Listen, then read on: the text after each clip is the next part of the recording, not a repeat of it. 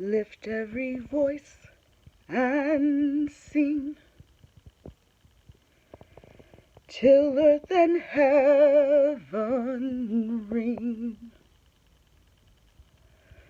Ring with the harmonies of liberty.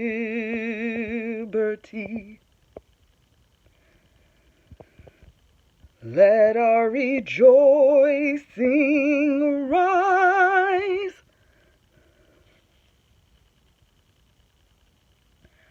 high as the listening skies.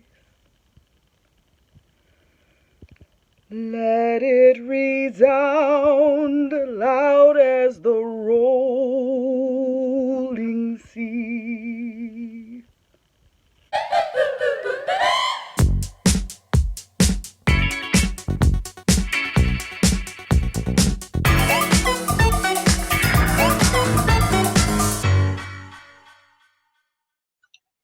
My name is Marta. I was born MartaGwyn Collier. I am the eldest daughter of Marta Denise Gwyn Collier and Williard Renard Collier Sr. I am many other things. I am a sister. I am a cousin. I am a wife. I am many things. And every bit of my life touches me in different ways. But at my start, it was me, my mom, and my dad in church. They didn't know me yet, not all the way. But on June 22nd, which was a Sunday, my mother was in church. And I broke her water, but she didn't realize I broke her water. And through a series of hilarious events that will probably end up in a children's book someday, my mom was whisked away from the church. You need to understand, this was Happy Home Missionary Baptist Church of Savannah, Georgia, and my grandfather, the Reverend Willie Gwyn, was the presiding pastor at the time, meaning my grandmother, Mrs. Wilmatine Brown Gwyn, was the first lady. And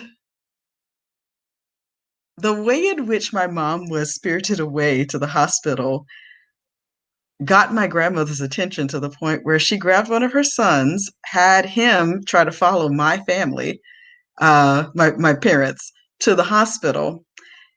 And I'll just say, not to spoil it all, my birth involved the spiriting away on a Sunday of me in belly, my mom going into labor, a car chase, the losing of my grandmother in the city for sport, and me eventually showing up at, I think, 6:34 p.m. on the following Monday at Old Candler Hospital, which no longer stands. They tore it down and they put a new one up in Savannah, Georgia. And they say I came into the world screaming. They say I was trying to come so fast, the doctor told my mom, stop, stop, stop. She's going to come out and go splat against the wall. So I was ready. And that's a funny way for me to talk about it. They said I made such a ruckus that they let my mom have me in the room, which is not the standard protocol. Normally, the babies went into the nursery. I was used to having my way even that young. So it started with us, and I still am fortunate to have both of my parents with me. And they are my friends. They are my parents, but they are also my friends. They were not my friends growing up. They were my parents growing up, but now they are definitely certainly my friends. Me in the early days, here's a little picture of me with my first music teacher.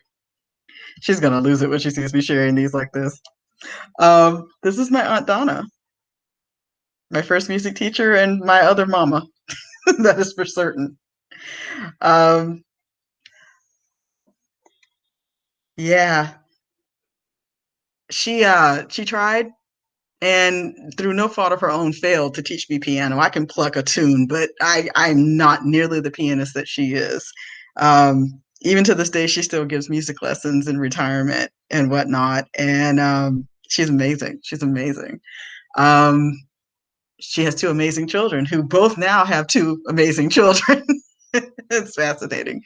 But yeah, that was me. That was little me, little Marta. And the first 8 years of my life I spent growing up in Savannah, Georgia, surrounded by my family. Surrounded by my mother's family, I should say. My family, but half of my family. My father's from East Chicago, Indiana. So another portion of my family was up north. This picture was from my grandfather's yard in District 1 in Savannah. And if you haven't guessed yet, oh yeah, I was a tomboy, big time. There was nothing I thought that I shouldn't be able to do. And for those of you who know me, that really hasn't changed all that much. So, first 8 years of my life, I knew what it was to have an amazing caregiver who helped my parents raise me and my brother while my dad was opening his law office. And my mom was teaching in the school district. And eventually my mom decided that she needed a change, and she came to work for or with my dad as his office manager, his law office manager. And she left teaching for a short time. But she never really stopped teaching. She was teaching me and my brother. So I had the benefit of my mom, who's a fantastic early childhood specialist, and in retirement is still doing that kind of work too, has her own company, which I help her with. So I had my mom and I had my dad around.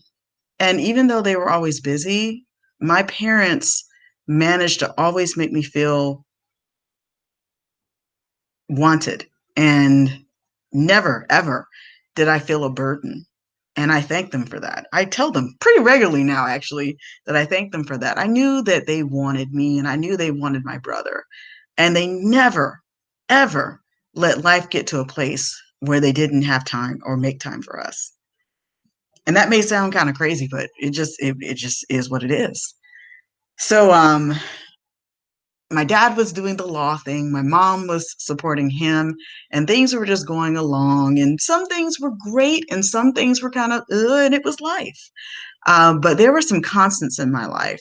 I knew every week I was going to see a good portion of my family because we were all going to gather at Happy Home Missionary Baptist Church in Savannah, Georgia. Granddaddy was going to preach. Grandmama was going to holler from the side on the deaconess bench with the other deaconesses. My mom was a deaconess. Several of my aunts were deaconesses, but my family was all over that church. I had the benefit of being in children's church back when the concept was kind of young. It's kind of early to have a thing where you could take the kids out. The tradition in the Black Baptist church was that the kids were just going to sit in there with the rest of their family, and they were going to get what they could get. And but Happy Home was kind of progressive in that way. And so they took us out and we had our own little lessons and whatnot. And that's a lot. But I say that because one of the first decisions that I can remember making in my life was the decision to join the church as a member and to profess my faith. And it was during a revival. And I remember I had a cute little top and a cute little pleated skirt. It was kind of an homage to a kilt, but not quite. I remember that part. Highly fashionable at the time. And I remember sitting there and thinking very logically, I don't want to go to hell. This seems like a good idea to make this choice because I don't know what could happen the next day.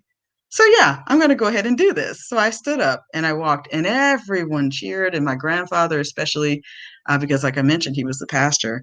And that is how that happened. So my grandfather baptized me into the faith.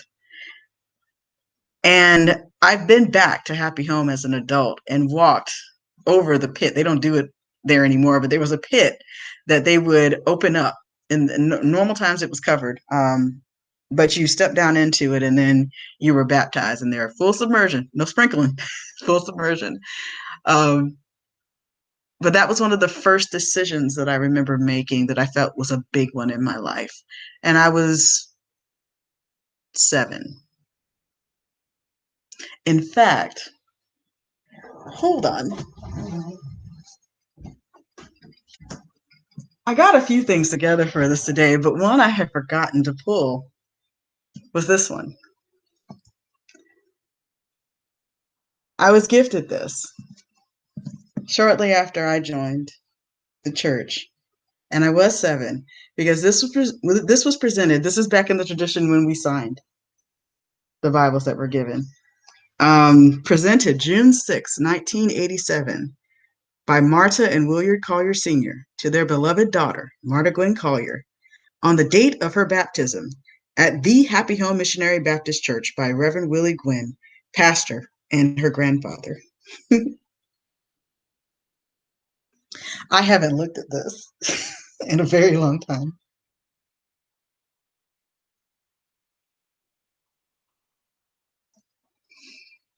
Members of my family and my church family signed this, and many of them are gone now.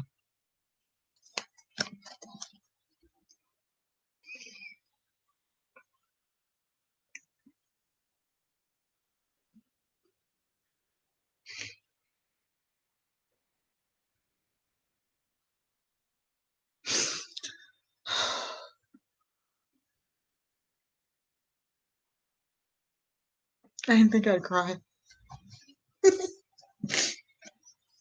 I remember when they bought me this book, I smelled it, and it smelled amazing.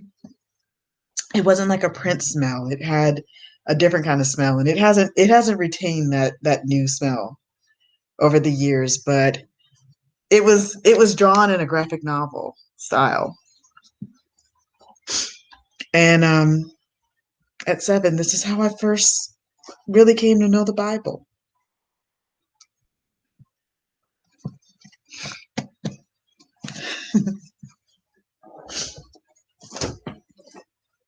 I told you I was going to be real today.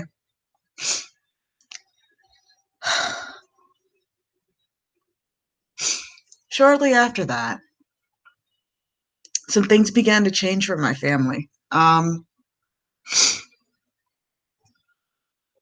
My parents started talking about how we were going to have a new adventure. And we were going to be leaving our family and moving to a place called Iowa, a place I'd never been before. But it was not far away from my father's family, which was in East Chicago, Indiana, just outside of Chicago, Illinois, along Lake Michigan. So I'd been to the Midwest as a child. My parents would take us on trips to go see the Collier side of my family, Grandma and Granddaddy C. C is in Collier. And that's kind of funny because when I was really young, because I lived in Savannah and the ocean was sometimes called the sea, when I was very young, I used to spell Grandma and Grandpa C, S-E-A, instead of with a C, because I hadn't made the connection that we had the same last name in that way. Just a little side thing. I did not want to leave my family. I knew that, but I also knew that I had better figure out how to be okay with it because I had a younger brother and I needed to set a good example for him.